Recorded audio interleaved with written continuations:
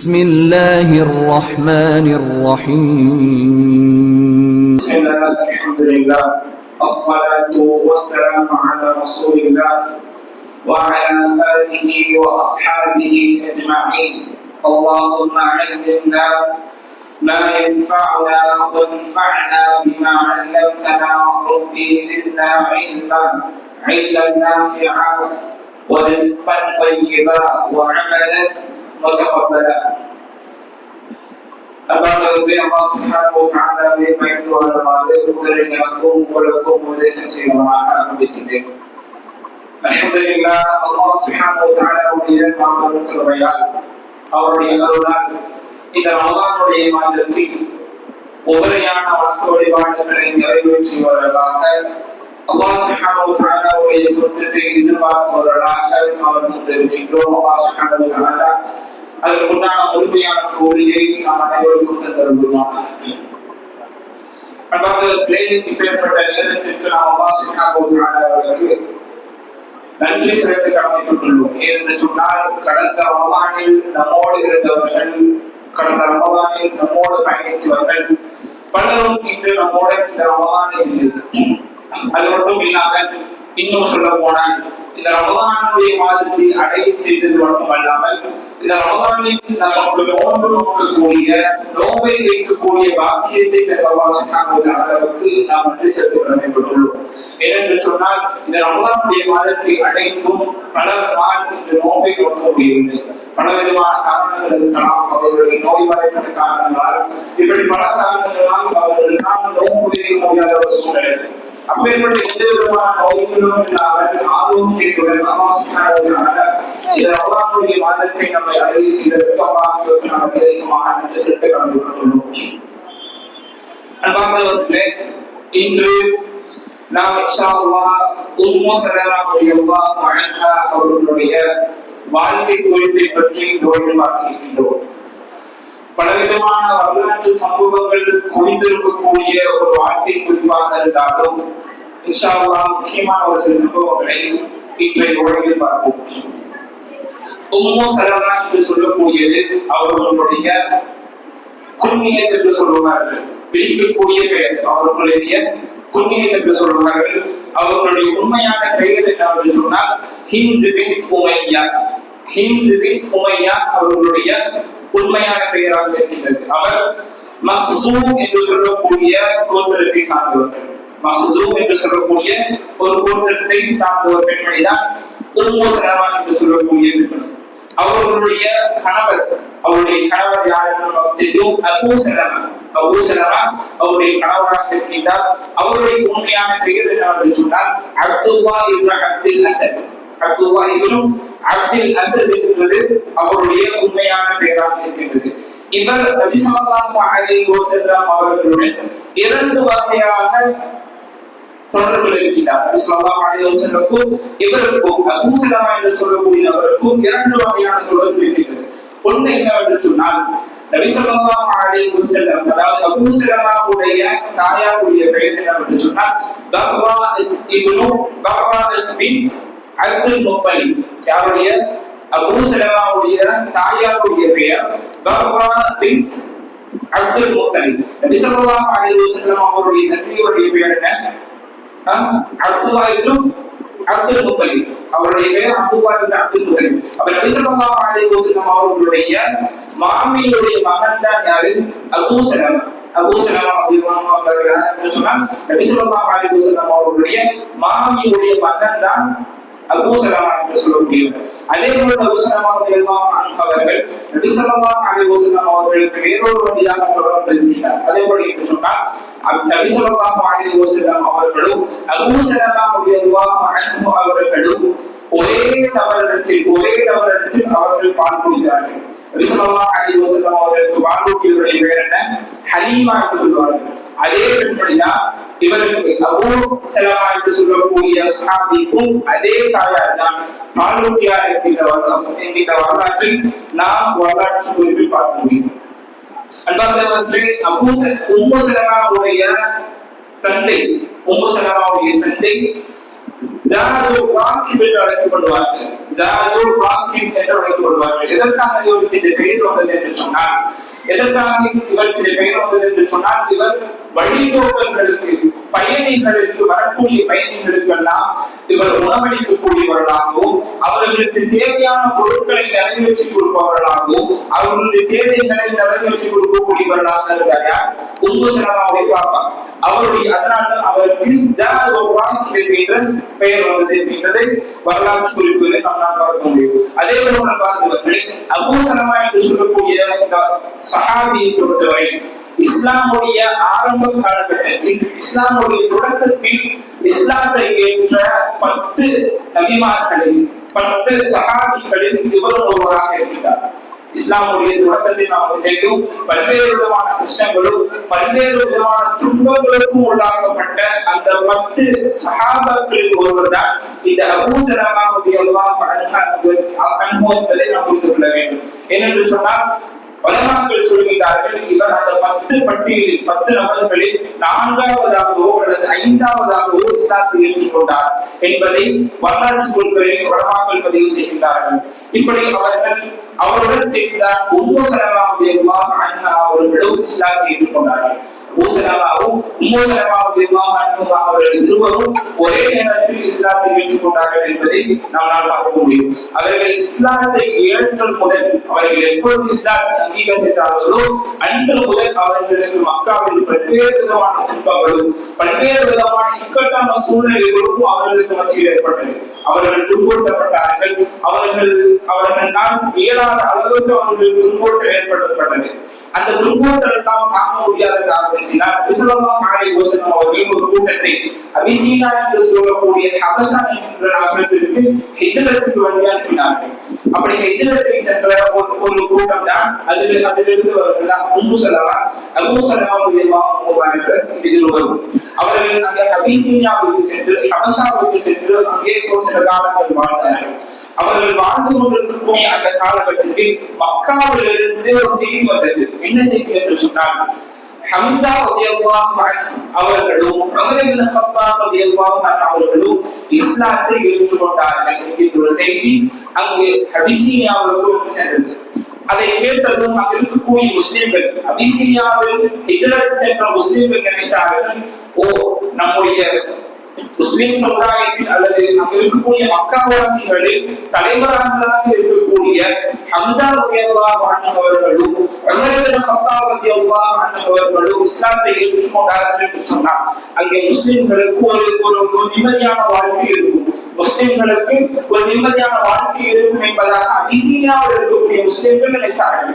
அதன் அடிப்படையில் அவர்கள் அங்கிருந்து அபிசீனியாவிலிருந்து மீண்டும் மக்காவுக்கு வந்தார்கள். மக்காவுக்கு வந்த நேரத்தில் அங்கிருந்த சூழ்நிலை என்னவென்று சொன்னால், அவர்கள் நினைத்தது போன்று இருக்க வேண்டும். மக்காவில் அவர்கள் என்ன சூழ்நிலை நினைத்தார்களோ, அதாவது என்ன நினைத்தார்கள், அங்கு சென்றால் நமக்கு சமாதானமான வாழ்க்கை இருக்கும், நமக்கு எந்த விதமான அச்சுறுத்தலும் இல்லாமல் எந்த விதமான பயமும் இல்லாமல் வாழக்கூடிய ஒரு சூழ்நிலை இருக்கும் என்கின்ற எண்ணத்தினால் அவர்கள் அபிசீனியாவிலிருந்து மீண்டும் மக்காவுக்கு வந்தார்கள். ஏனென்று சொன்னால், அங்கே தலைவர்களாக இருக்கக்கூடிய சமுதாயத்தின் முக்கிய நபர்களாக இருக்கக்கூடிய உமர் இப்னு கத்தாப் ரலியல்லாஹு அன்ஹு அவர்களும் ஹம்சா ரலியல்லாஹு அன்ஹு அவர்களும் இஸ்லாத்தை அங்கீகரித்தார்கள் என்கிற செய்தியை கேட்டதால் மீண்டும் வந்தார்கள். ஆனால் அங்கு இருக்கிற சூழ்நிலை அப்படி இருக்கவில்லை. மாறாக எப்படி முன்னாள் முஸ்லிம்கள் துன்புறுத்தப்பட்டார்களோ, எப்படி முன்னாள் முஸ்லிம்கள் சித்திரவதைப்பட்டார்களோ, அதே போன்றுதான் அப்பொழுது அவர்கள் முஸ்லிம்களும் துன்புறுத்தப்பட்டார்கள். அவர்களுக்கும் பல்விதமான சோதனைகள் ஏற்பட்டுக் கொண்டே இருந்தது.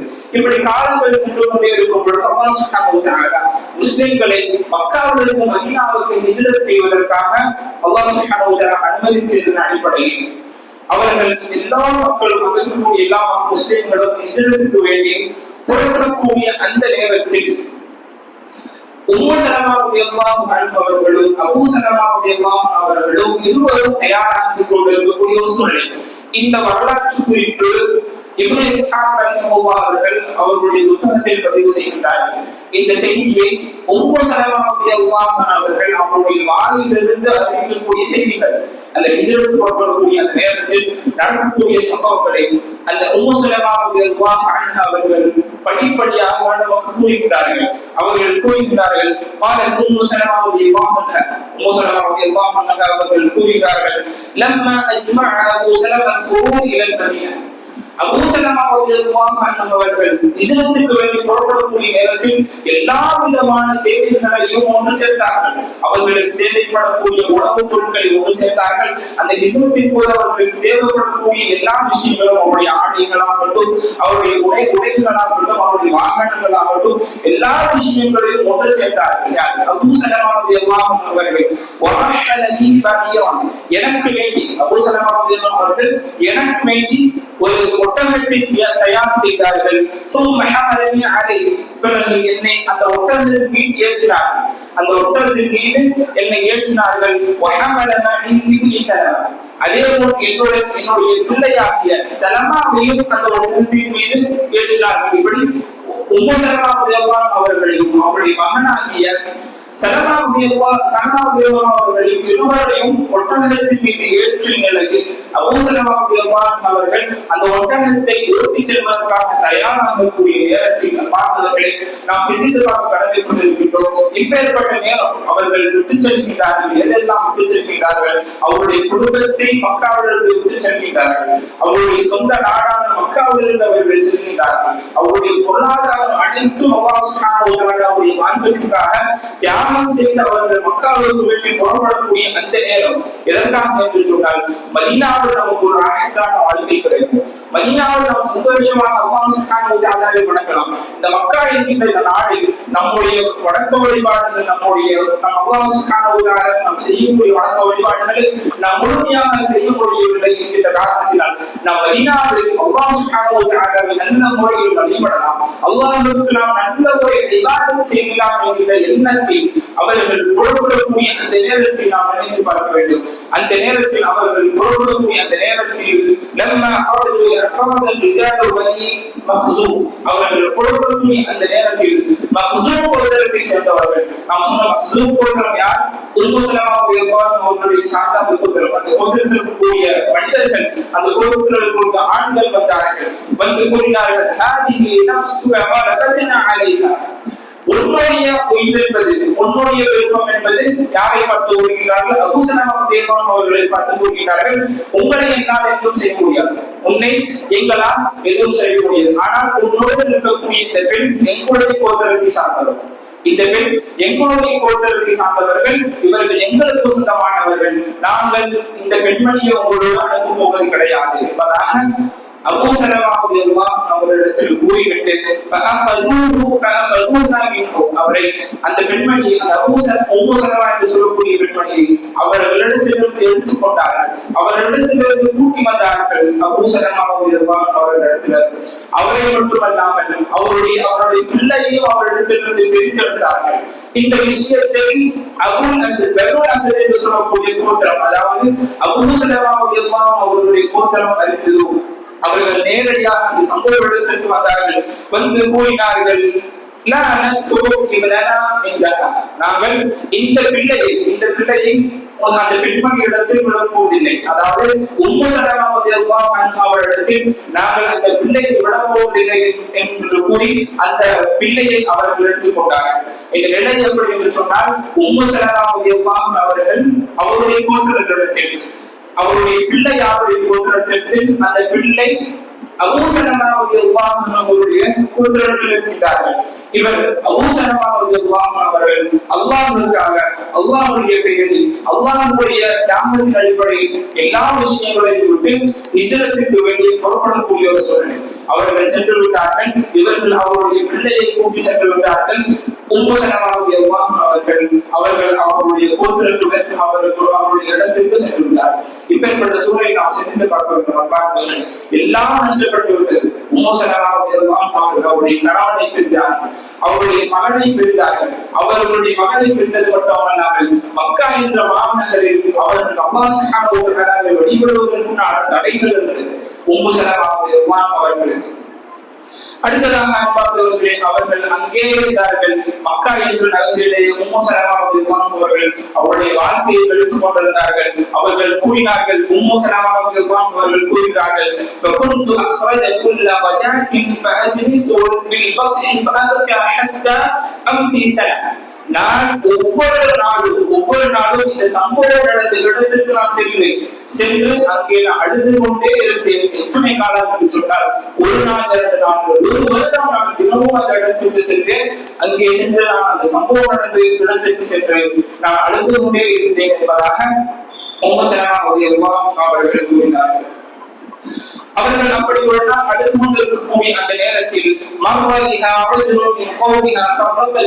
ஒரு மனிதர் உம்மு சலமா அவர்கள் அழுது கொண்டிருக்கக்கூடிய அந்த நேரத்தில் ஒரு மனிதர் அவர்களை கடந்து செல்கிறார்கள். கடந்து செல்லக்கூடிய நபர் கேட்கிறார், எதற்காக நீங்கள் அழுகிறீர்கள் இருக்கும் பொழுது உம்மு சலமா அவர்கள் நடந்த எல்லா விஷயங்களையும் அந்த மனிதரிடத்தில் கூறிவிட்டார்கள். இப்படி என்னுடைய கணவனை இடத்திலிருந்து பிரித்து விட்டார்கள், இப்படி என்னுடைய மகனை அவர் சொல்லக்கூடிய குருத்தரனுடைய மகனை என்னிடத்திலிருந்து பிரித்து சென்று விட்டார்கள் என்பதாக எல்லா விஷயங்களையும் கூறியது அந்த நபர் நேரடியாக மக்சூம் கோயிலிடத்திலிருந்து சென்று அவர்கள் கூறினார்கள், இந்த பாவப்பட்ட பெண்மணி, இந்த பாவப்பட்ட என்று சொல்லக்கூடிய இந்த பெண்மணியை நீங்கள் விடுவிக்க வேண்டாமா, அவர்களை நீங்கள் விட வேண்டாமா என்கின்ற கோரிக்கையை வைத்ததும் அவர்கள் என்ன செய்தார்கள் என்று சொன்னால், அவர்களுக்கு அனுமதி கொடுத்தார்கள். மக்காவுக்கு மதீனாவுக்கு சென்றதற்காக உம்மு சலமா அவர்களுக்கு அனுமதித்தார்கள். அந்த அவர்களுடைய பிள்ளையையும் அவர்களுடைய மகனாகிய சலமா என்று சொல்லக்கூடிய நபரையும் அவர்கள் மீண்டும் அந்த உம்மாவினிடத்தில், தாயார் இடத்தில் மீண்டும் அவர்களிடத்தில் கொண்டு வந்து இருவரும் அவர்கள் எந்த விதமான துணையும் இல்லாமல், எந்த விதமான அவர்களுக்கு வசதியும் இல்லாமல் உம்மு சலமா அவர்கள் தனியாக மக்காவிலிருந்து மதீனாவுக்கு புறப்பட தயாராகினார்கள். அவர்கள் சென்றார்கள். பாலைவனத்தில் யாருடைய உதவியும் இல்லாமல், எந்த விதமான அவர்களுக்கு பாதுகாப்பும் இல்லாமல் தனியாக மக்காவிலிருந்து மதீனாவுக்கு சொல்ல வேண்டும் என்று சொன்னால் 9 to 10 நாட்கள் ஒட்டகத்தில் செல்ல வேண்டும் என்று சொன்னால் 9 to 10 நாட்கள் ஆகும். அப்பேற்பட்ட கால அளவில் எந்த விதமான துணையும் இல்லாமல், எந்த விதமான மகரமும் இல்லாமல் அவர்கள் மக்காவிலிருந்து மதீனாவுக்கு புறப்படக்கூடிய அந்த நேரத்தில்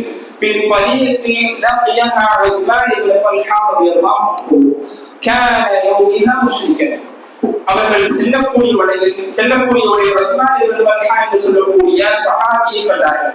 அந்த நேரத்தில் அந்த சஹாபியானவர் முஷ்ரிக்காக இருந்தார், சிரித்து வைத்த நிலையில் இருந்தார். அவருக்கு பார்த்ததும் அவர் கேட்டார், இந்த உம்மு சலமா அவர்களிடத்தில் கேட்டார்கள், நீங்கள் தனியாக வாசிக்கிறீர்கள், உங்களுடைய துணை யாரும் இல்லையா என்று சொன்னதும் அவர் கூறினார், உம்மு சலமா அவர்கள் கூறினார்கள், இல்லை, எனக்கு எந்த விதமான துணியும் இல்லை என்று கூறும் பொழுது, நான் உங்களை தனியாக விடப் போவது கிடையாது, உங்களையும் உங்களுடைய பிள்ளையும் நான் தனியாக விடப் போவது கிடையாது, நானும் உங்களுடன் வருகின்றேன் என்று கூறி அவரும் மக்காவிலிருந்து மதீனா வரை உம்மு சலமா அவர்களுடன் அவர்கள் இருந்தார்கள். உம்மு சலமா அவர்கள் கூறினார்கள், யாரை பார்த்து கூறுகிறார்கள்? பார்த்து கூறுகிறார்கள், நான் அவரை போன்று கண்ணியமான ஒரு மனிதனை நான் பார்த்ததே கிடையாது என்பதாக உம்மு சலமா அவர்கள் கூறினார்கள். அந்த விஷயத்தை குறித்து நாம் வரலாற்று குறிப்பில் பார்க்கும் பொழுது, ஒவ்வொரு முறையும் பயணத்திற்கு இடையில் ஒவ்வொரு முறையும் உம்மு சலமா அவர்கள் ஒட்டகத்தில் ஏறக்கூடிய நேரத்தில் இவர் தூரமாக சென்று விடுவார். ஒட்டகத்திற்கு ஏறும் பொழுதும் இறங்கும் பொழுதும் அவர் தூரமாக சென்று விடுவார். ஏனென்று சொன்னால், உம்மு சலமா அவர்கள் ஒட்டகத்தில் ஏறும் பொழுது ஒரு சில நேரம் அவருடைய அவுரத்தில் வெளிப்படலாம், அவருடைய கால்கள் வெளிப்படலாம், அதனால் அவர் தூரமாக சென்று விடுவார் என்பதாக உம்மு சலமா வரலாற்று குறிப்பில் பதிவிருக்கிறார்கள். அதே போன்றுதான் அவர்கள் தூங்கக்கூடிய நேரத்திலும் இவர் இந்த வார்த்தை பந்துகளில் தூங்கினார் என்று சொன்னால், உலகத்துடைய நிலை என்று சொன்னால், தூரமாக அவரிடத்தில் அவர் அவருடைய படுக்கையை அமைத்துக் கொள்வார். இவரை அவர்களை கூப்பிட வேண்டும் என்று சொன்னால் அங்கிருந்து தூரமாக இருந்து சத்தத்தை எழுப்புவார்கள். ஏனென்று சொன்னால் அவர் நேரடியாக வரமாட்டார்கள். காரணம் என்னவென்று பார்க்கும் பொழுது, ஒரு சில நேரம் அவர் தூங்கும் பொழுது அவருடைய ஆடைகள் அலங்கோலமாக இருக்கலாம், அவருடைய அவுரத்துகள் வெளிப்படலாம் என்கிற அடிப்படையில் அவர் தூரமாக இருந்து உச்சத்தை எழுப்புவார். அந்த உச்சத்தினால் இவர் எழுப்புவார் என்கிற விஷயத்தையும் குறிப்பிட்டிருக்கிறார்கள். அந்த அளவுக்கு இஸ்லாம் முஸ்லிமாக இருந்தாலும், இஸ்லாத்தினுடைய அடிப்படை விஷயங்கள் தெரியாமல் இருந்தாலும், ஒரு பெண்ணிடத்தில் எப்படி நடந்துக்க வேண்டும், ஒரு பெண்ணுடைய விஷயத்தில் எப்படி கையாள வேண்டும் என்கின்ற ஆற்றல் இருந்தவர் தான் உஸ்மான் இப்னு தல்ஹா ரலியல்லாஹு அன்ஹு அவர்களை நாம் பார்க்கிறோம். அன்பார்ந்தவர்களே, அப்படி உஸ்மான் இப்னு தல்ஹா ரலியல்லாஹு அவர்களுடன் உம்மு சலமா அவர்களும் அவருடைய பிள்ளையும் செல்கிறார்கள். சென்று மதீனா சென்றடைகிறார்கள். மதீனாவில் ஒரு சில காலம் அவர்கள் சந்தோஷமாக வாழ்கிறார்கள்.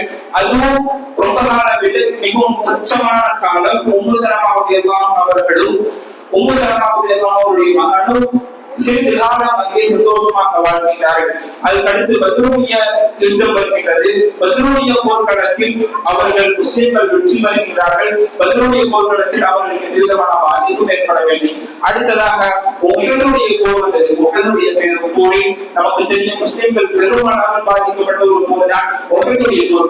இந்த போர்க்களத்தில் அபூ ஸலமா ரலியல்லாஹு அன்ஹு அவர்கள் மிகுந்த காயத்துடன் அவர்களால் படுக்கையில் இருக்கக்கூடிய ஒரு சூழ்நிலையை போரிலிருந்து திரும்பி வருகிறார்கள். அவர் திரும்பி வந்து வீட்டுக்கு வந்ததும் உம்மு ஸலமா ரலியல்லாஹு அன்ஹா அவர்கள் தான் அவர்களுக்கு தேவையான எல்லா விஷயங்களையும், அவர்களுக்கு தேவையான எல்லா அக்கறைகளையும் கொடுத்து, அவர்களுக்கு உண்டான சிகிச்சை எல்லாம் கொடுத்து அபூ ஸலமா ரலியல்லாஹு அன்ஹு அவர்களை நல்லபடியாக பார்த்துள்ளார்கள்.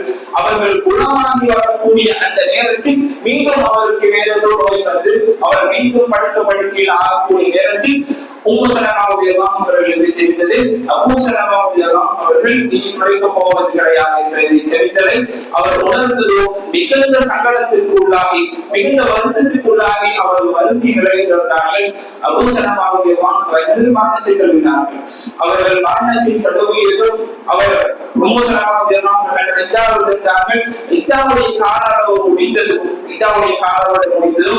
உம்மு ஸலமா ரலியல்லாஹு அன்ஹா அவர்களுக்கு நபி ஸல்லல்லாஹு அலைஹி வஸல்லம் அவர்கள் கற்றுத்தந்த துஆ ஞாபகம் வந்தது. நபி ஸல்லல்லாஹு அலைஹி வஸல்லம் அவர்கள் கற்றுத்தந்தார்கள், அல்லாஹும்ம அஜ்ருனி ஃபீ முஸீபதி வ அஸ்லிஹ் லி கைரன் மின்ஹா. அல்லாஹ், நான் அனுபவித்துக் கொண்டிருக்கக்கூடிய இந்த முஸீபத்திற்கு எனக்கு கூலி வழங்குவாயாக. எனக்கு நான் நஷ்டப்பட்டதை விட சிறந்ததை அமைத்து தருவாயாக என்கின்ற துஆவை அவர்கள் ஞாபகம் வந்ததோ அவர் என்ன கூறினார் என்று சொன்னார். உம்மு ஸலமா ரலியல்லாஹு அன்ஹா அவர்கள் கூறினார்கள், இந்த உலகத்தில் அபூ ஸலமா ரலியல்லாஹு அன்ஹுவை விட சிறந்தவர் எனக்கு யார் இருக்க முடியும்? அபூ ஸலமா ரலியல்லாஹு அன்ஹு அவர்களை விட சிறந்தது எனக்கு யார் இருக்க முடியும் என்பதை உம்மு ஸலமா ரலியல்லாஹு அன்ஹு அவர்கள் கூறினார்கள். அன்பார்ந்தவர்களே, நாம் சிந்தித்து பார்க்க வேண்டும். நாம் இந்த காலகட்டத்தில் வாழக்கூடிய ஒவ்வொரு கணவர்களும் இப்படிதான் இருக்க வேண்டும். இப்படி என்று சொன்னால் அவர்களுடைய மனைவிக்கு தோன்ற வேண்டும், என்னுடைய கணவன் தான் இந்த உலகத்தில் மற்ற அனைத்து நபர்களை சொந்தவர்கள். ஏனென்று சொன்னால் உம்மு ஸலமா ரலியல்லாஹு அன்ஹா இந்த வார்த்தையை கூற வேண்டும் என்று சொன்னால் அபூ ஸலமா ரலியல்லாஹு அன்ஹு அவர்கள் எந்த அளவுக்கு அவருடைய மனைவி இடத்தில் பணிவாக நல்ல விதமாக நடந்திருப்பார்கள் என்பதை நாம் சிந்தித்து பார்க்க வேண்டும். இப்படி அந்த துஆவை அவர் கேட்டார். இந்த துஆவை உம்மு ஸலமா ரலியல்லாஹு அன்ஹா அவர்கள் கேட்டார்கள், அல்லாஹும்ம அஜ்ருனி ஃபீ முஸீபதி வ அஸ்லிஹ் லி கைரன் மின்ஹா. அல்லாஹ், நான் அனுபவித்துக் கொண்டிருக்கக்கூடிய இந்த முஸீபத்திற்கு நீ கூலியை வழங்குவாயாக. வ அஸ்லிஹ் லி கைரன் மின்ஹா, எனக்கு நஷ்டப்பட்டதை விட சிறந்ததாக நீ வழங்குவாயாக என்கிற துஆவை உம்மு ஸலமா ரலியல்லாஹு அன்ஹா அவர்கள் கேட்டதும் அவரை பின்தேடி திருமணத்துக்காக பெண்கள் அபூபக்கர் ரலியல்லாஹு அன்ஹு அவர்கள் வந்தார்கள். அப்பொழுது உம்மு ஸலமா ரலியல்லாஹு அன்ஹா அவர்கள் பார்த்தார்கள். அபூபக்கர் ரலியல்லாஹு அன்ஹு அவர்களை பொறுத்தவரை அபூ ஸலமாவை விட சிறந்தவர்கள், சிறப்பினுடைய பட்டியலிலும் அபூபக்கர் ரலியல்லாஹு அன்ஹு அவர்கள் சிறந்தவர்கள். இருந்தாலும் உம்மு சலமா ரலியல்லாஹு அவர்கள் வந்தார்கள். அடுத்ததாக உமர் இப்னு கத்தாப் ரலியல்லாஹு அவர்கள் வந்தார்கள். இதற்கு கல்யாணம் முடிப்பதற்காக, திருமணம் முடிப்பதற்காக பெண்கள் வந்தார்கள். அப்பொழுது உம்மு சலமா ரலியல்லாஹு அவர்கள் வந்தார்கள். அவர் அபூ சலமா ரலியல்லாஹு அன்ஹுவை விட சிறப்பில் உயர்ந்தவராக இருந்தார். மூன்றாவதாக நபி ஸல்லல்லாஹு அலைஹி வஸல்லம் அவர்கள் வந்தார்கள். நபி ஸல்லல்லாஹு அலைஹி வஸல்லம் அவர்கள் வந்து பெண்கள் பொழுது, திருமணத்திற்காக பெண்கள் பொழுது உம்மு சலமா ரலியல்லாஹு அன்ஹா அவர்கள், யா ரசூலல்லாஹ், உங்களை நான் எப்படி திருமணம் முடிப்பது? நீங்கள் சிறப்பில் உயர்ந்தவர்களாக இருக்கின்றீர்கள் என்பதாக கூறும் பொழுது நபி ஸல்லல்லாஹு அலைஹி வஸல்லம் அவர்கள் வலியுறுத்தும் பொழுது அவர்கள் கூறினார்கள், நான் என்னுடைய விஷயத்தில் 3 விஷயத்தை நான் பயப்படுகின்றேன், இடத்தில் இருக்கக்கூடிய 3 விஷயத்தை நான் பயப்படுகின்றேன் என்பதாக குறிப்பிட்டு அந்த 3 விஷயங்களை கூறுகிறார்கள். நான் அதிகமாக பொறாமைப்படக்கூடிய ஒரு பெண். உங்களிடத்தில் அதிகமாக மனைவிகள் இருக்கிறது. நான் பொறாமையில் உச்சகட்டத்தில் இருக்கக்கூடிய ஒரு பெண். எனக்கு உங்களிடத்தில் இருக்கக்கூடிய மனைவிகள் எல்லாம், உங்களிடத்தில் இருக்கக்கூடிய மனைவிகள் மீதெல்லாம் நான் பொறாமை கொள்வேன் என்பதாக ஒரு விஷயமாக கூறுகிறார்கள். அடுத்த விஷயமாக கூறினார்கள், நான் வயதில் முதிந்தவனாக இருக்கின்றேன், நான் வயதில் முதிந்த நிலையில் இருக்கின்றேன் என்பதாக 2வது விஷயமாக கூறுகிறார்கள்.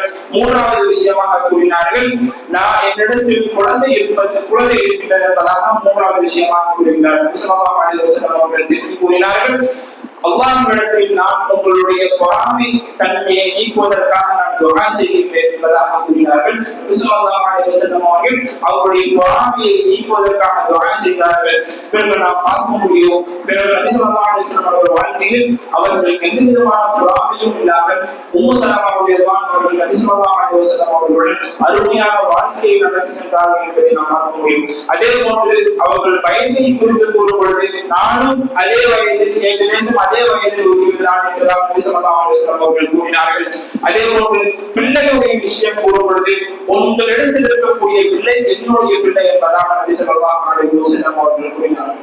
அதாவது இப்பேற்பட்ட ஒரு நபி தோழி அவர்கள் பல்வேறு விதமான கஷ்டத்திற்கிடையிலோ, பல்வேறு விதமான துன்பத்திற்கிடையிலோ அல்லாஹ் சுப்ஹானஹு வ தஆலாவுடைய தீனை பாதுகாக்க வேண்டும் என்று சொல்லி, அல்லாஹ் சுப்ஹானஹு வ தஆலாவுடைய தீனுக்கு கட்டுப்பட்டு இருக்க வேண்டும் என்று சொல்லி, ஏகதேசம் அல்லாஹ் சுப்ஹானஹு வ தஆலாவுடைய வாழ்க்கைக்காக அவருடைய வாழ்க்கையை அர்ப்பணித்த ஒரு நபி தோழியாக தான் உம்மு சலமா ரலியல்லாஹு அன்ஹா அவருடைய வாழ்க்கை வாழ்ந்தார்கள் என்று நாம் புரிந்து கொள்ள வேண்டும். அவருடைய வாழ்க்கை தீனில் பலவிதமான கஷ்டங்கள் ஏற்பட்ட பொழுதும், தீனுடைய விஷயத்தில் பலவிதமான துன்பங்கள் ஏற்பட்ட பொழுதும், மக்காவிலும் சரி மதீனாவிலும் சரி அவர்கள் துன்பத்திற்கு உள்ளாக்கப்பட்டார்கள். அவருடைய கணவருடைய மனைகள் அவர்கள் மிகுந்த வருத்தப்பட்டார்கள். இப்பேற்பட்ட சஹாபிய பெண்மணியை பற்றி நாம் தெரிந்ததில் அல்லாஹ் சுப்ஹானஹு வ தஆலாவுக்கு நாம் நன்றி செலுத்த வேண்டும். ஏனென்று சொன்னால் பார்க்கிறவர்களே, இப்பேற்பட்ட சஹாபிய பெண்மணியானவர்கள் அல்லாஹ்வுடைய மார்க்கத்திற்காகவே வாழ்ந்தார்கள். அல்லாஹ் சுப்ஹானஹு வ தஆலாவுடைய மார்க்கத்திற்காகவே